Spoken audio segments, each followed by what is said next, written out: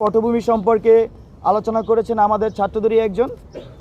এখন আমাদের এই যে জুলাই অভ্যুত্থানে আমরা ছাত্ররা এই অভ্যুত্থান করেছি, দেখা যাচ্ছে যে জুলাই অভ্যুত্থানে বিগত ফ্যাসিস্ট আমলে যারা বিভিন্ন সময় বিভিন্নভাবে অ্যাক্টিভিজম করত, তারা যেমন সোচ্চার ছিল, একই সাথে এই যে ফ্যাসিবাদী যে সিস্টেম, সেই সিস্টেমের জাতাকলে পড়ে যারা হলগুলোতে নির্যাতিত হয়েছিল, শিক্ষা প্রতিষ্ঠানগুলোতে নির্যাতিত হয়েছিল, বা ছাত্রলীগ যাদেরকে গ্রাস করে রেখেছিল, তারাও কিন্তু একই সাথে এই জুলাই বিপ্লবে বা জুলাই অভ্যুত্থানে অংশগ্রহণ করেছে।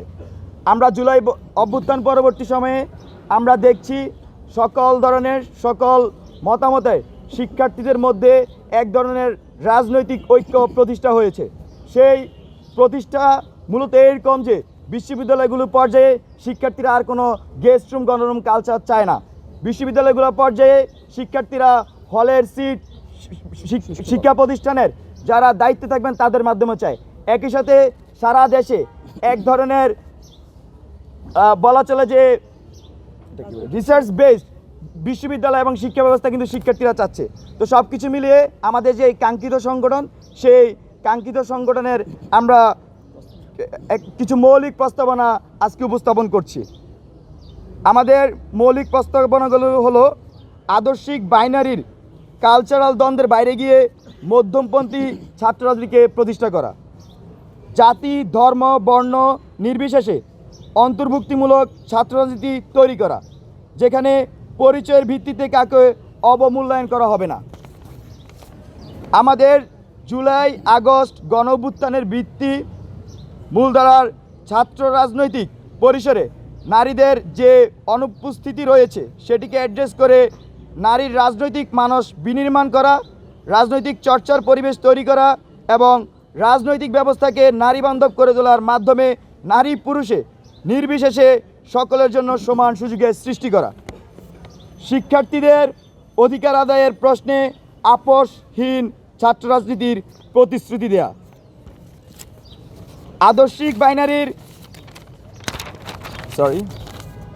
বাংলাদেশের সংগ্রাম ও স্বাধীনতার ইতিহাসকে স্বীকার করে এবং 47, 52, 62, 66, 68, 69, 71, 90 এবং 24-এর সকল গণ আন্দোলন এবং ছাত্র জনতার সংগ্রামী চেতনা থেকে ভিত্তি করে ছাত্র রাজনীতি আমরা সক্রিয় করব। ফ্যাসিবাদকালীন সকল শিক্ষা পরিসরে পরিকল্পিতভাবে যে রাজনৈতিক ডিসএম্পাওয়ারমেন্ট করা হয়েছে এবং গণতান্ত্রিক ব্যবস্থার শিক্ষার্থী সংসদ কাঠামোকে অকার্যকর রাখা হয়েছে, নতুন রাজনীতিতে শিক্ষা প্রতিষ্ঠানগুলোতে শিক্ষার্থী সংসদ কাঠামো পুনর্বহালের সর্বোচ্চ গুরুত্ব আরোপ করা হবে। প্রিয় সাংবাদিক বৃন্দগণ, আমাদের আরেকটি প্রস্তাবনা ছাত্র নাগরিক সংহতি রক্ষার মধ্যে দিয়ে ছাত্র নাগরিক অধিকার প্রতিষ্ঠা ও সংরক্ষণে আমরা গুরুত্বপূর্ণ ভূমিকা রাখব।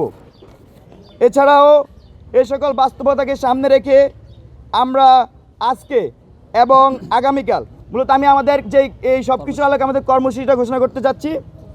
আমাদের এই সকল বাস্তবতাকে সামনে রেখে আমরা আজকে এবং আগামীকাল শিক্ষার্থীদের মতামত নেওয়ার প্রক্রিয়ার অংশ হিসেবে জনমত জরিপ ও সদস্য আহ্বান কর্মসূচি ঘোষণা করছি।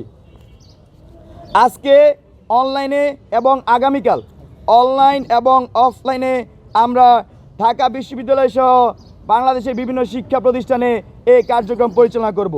বিশেষ করে আমাদের ঢাকা বিশ্ববিদ্যালয়ের টিএসসি, কার্জন, মোকাররম, মোতাহের, কলাভবন, এফবিএস সহ জাহাঙ্গীরনগর, জগন্নাথ, তারপরে ঢাকা শহরের যে প্রাইভেট বিশ্ববিদ্যালয়গুলো আছে, কলেজগুলো আছে, এছাড়াও আমাদের সারা দেশে যে সকল পাবলিক বিশ্ববিদ্যালয় আছে সবখানে আমাদের এই কার্যক্রম পরিচালিত হবে, আর মাদ্রাসাগুলোতে আমাদের এই কার্যক্রম পরিচালিত হবে। পাশাপাশি আমাদের এই সংগঠনের কয়েকটি বৈশিষ্ট্য আমরা আজকের এই সংবাদ সম্মেলনের মধ্যে দিয়ে উল্লেখ করতে চাই।